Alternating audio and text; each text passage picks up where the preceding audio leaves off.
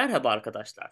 Derslerimize geçmeden önce Kürtçenin özelliklerini, Kürtçenin hangi dil ailesi içerisinde yer aldığını ve benzeri birkaç konuyu konuşmak istiyorum. Kürtçe nerelerde konuşulmaktadır? Kürtçe hangi dil ailesinde yer alır? Diğer dillere göre Kürtçenin özellikleri nelerdir? Biraz bunlardan bahsedelim. Öncelikle dil ailesi dediğimiz zaman aklımıza bu tablo gelir. Bu önümüzdeki tablo Malbaten Zımanan yani dil aileleri tablosu. Burada Kürtçenin de elbette bir yeri vardır. Daha büyük, daha fazla bilinen bir dil ailesi olan Hint-Avrupa dil ailesinin içerisinde yer alır Kürtçe. Ama bu dil ailesi büyük bir aile ve burada parçalara, kollara ayrılmaktadır. Öncelikle Zımanen Asyai yani Asya dilleri ve Zımanen Avrupi Avrupa dilleri diye ikiye ayrılır. Kürtçe burada bu ayrımda Asya dillerinin içerisine girer ve burada da yine farklı ayrımlar vardır. Burada Kürtçe Hint-İrani koluna mensuptur. Ancak burada yine ikiye ayrılır ve burada Hindi ve İrani diller vardır. Kürtçe burada İrani dillerin içerisinde yer almaktadır. Kürtçenin komşuları Farsi, Beluci, Taciki gibi dillerdir. Burada bir soru sorduğunuzu duyuyorum. Türkçe neden Kürtçe ile komşu bir coğrafyada olmasına rağmen neden çok daha uzak tablonun en sağında olan Altay dillerinin içerisinde yer alıyor? Böyle bir görüntü var. Çünkü bu tablolar sadece coğrafya temelli tablolar değil.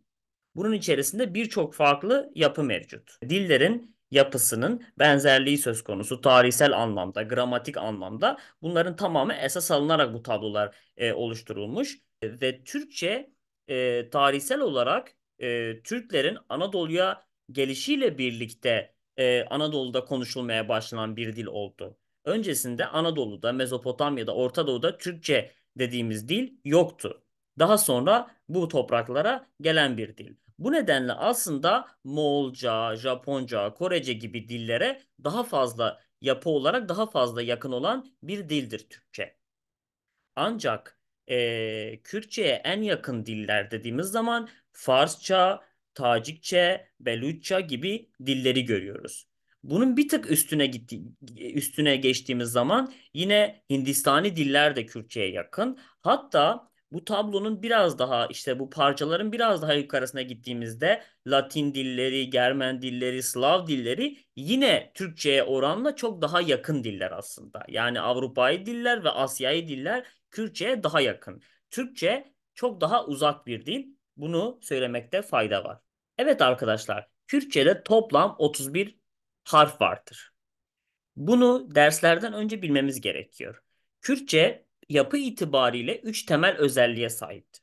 Bir, tavangbar dediğimiz büküm anlamını taşıyor. Bükümlü bir dildir Kürtçe. Büküm nedir dediğimiz zaman aslında şu an çok açıklayabileceğimiz, uzun uzun konuşabileceğimiz bir şey değil. Bunu derslerde yavaş yavaş göreceğiz. Niv ergatif yani yarı ergatif bir dildir Kürtçe. Yine bunu da derslerde yavaş yavaş göreceğiz. Bir de kartafi yani eklemeli bir dildir Kürtçe. Bunu aslında biraz açıklayabiliriz. Çünkü Türkçe de eklemeli bir dildir. Ancak bir farkı var. Türkçe sondan eklemeli bir dil iken Kürtçe eklemeli bir dil. Yani hem baştan hem ortadan hem sondan ek alabilecek bir dildir. Ancak Türkçe'de bir kelime sadece sondan ek alabilir. Kürtçenin farklı lehçeleri vardır ve bunlar şu şekildedir. Birincisi Kurmancı. Kurmancı Kürtçe'de en çok konuşulan, en çok bilinen lehçedir. Bunun dışında Sorani dediğimiz Güney Kürdistan'da ve Doğu Kürdistan'da konuşulan Kurmancıya Jerin yani aşağı Kurmancı dediğimiz bir lehçe. Zazaki Dimili yine Kuzey Kürdistan'da e, Dersim, Ahmet, Çevlik yani Bingöl gibi bölgelerde, şehirlerde konuşulan lehçedir. Kelhuri, Hevrami, Leki, Lori bu lehçelerde yine Doğu Kürdistan'da konuşulan lehçelerdir. Evet arkadaşlar, şimdi karşımızda bir harita görmekteyiz ve bu harita %100 doğru olmasa bile renklendirilmiş bir şekilde Kürtçenin lehçeleri nerede konuşuluyor, hangi lehçe nerede daha fazla konuşuluyor bunu gösteren bir harita. Burada az önce bahsettiğimiz örneğin Zazaki lehçesinin Çevlik, Dersim, Ahmet gibi yerlerde konuşulduğunu söylemiştik. Burada sarı renk de işaretlemiş. Yine mor renge baktığımız zaman Kurmancı lehçesinin konuşulduğu yerleri işaretlemiş.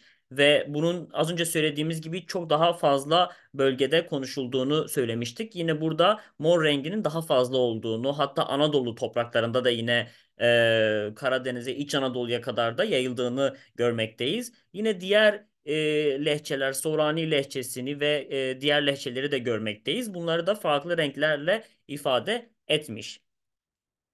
Bugünkü konumuz buraya kadardı. Zımaneme nasnameyameye, dilimiz kimliğimizdir sloganıyla dersimizi bitiriyoruz. Bir sonraki derste görüşmek üzere. İyi günler dilerim.